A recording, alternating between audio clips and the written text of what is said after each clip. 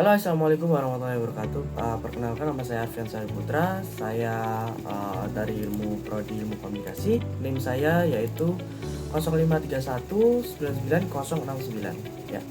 Jadi di video kali ini saya akan menjawab sebuah pertanyaan dari tugas pertama dari tugas logika, matkul logika.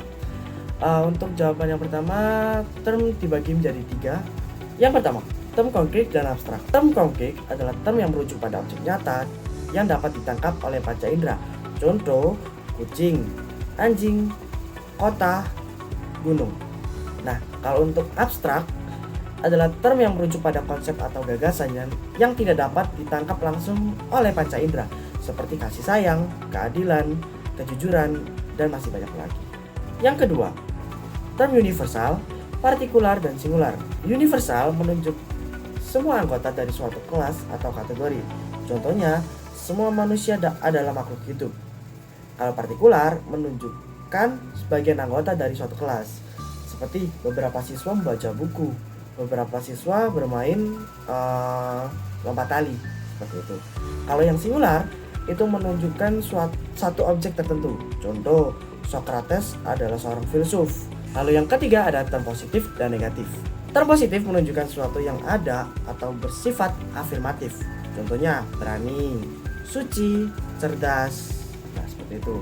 Kalau term negatif menunjukkan penyangkalan atau tidak adanya sesuatu. Contohnya tidak adil, bodoh, tak bermoral, curang, seperti itu. Contoh bentuk sesat pikir ada 3, yaitu ada ad hominem, ada straw man, ada false dilemma.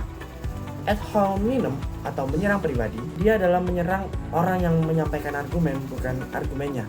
Contoh, kamu jangan percaya pendapatnya, dia bahkan gak lulus kuliah loh. Nah, seperti itu.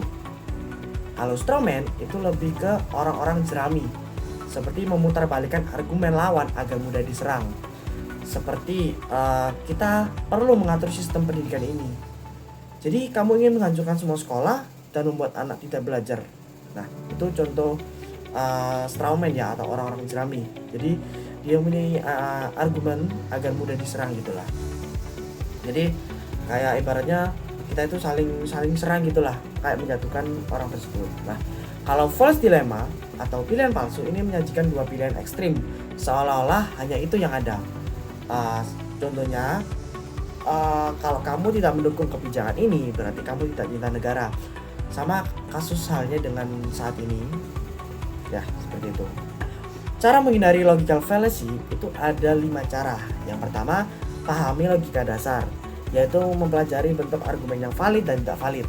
Yang kedua, ada fokus pada argumen bukan orangnya. Kita harus mengevaluasi isinya, bukan siapa yang berbicara. Lalu yang ketiga, ada tanyakan premis dan kesimpulannya. Jadi kedua argumennya itu apakah berhubungan atau secara logika itu berhubungan, seperti itulah. Nah, yang keempat yaitu latih berpikir kritis. Nah, biasakan untuk mempertanyakan asumsi dan bukti. Jadi kalau orang sudah berargumentasi, ya kita harus menanyakannya kenapa berasumsi seperti itu, kenapa harus kayak gitu. Nah, kita juga harus menanyakan buktinya apa kalau dia sudah berargumen seperti itu. Nah, lalu yang terakhir yaitu menggunakan bahasa yang jelas dan tepat. Jadi hindari retorika yang membingungkan atau membelokkan makna.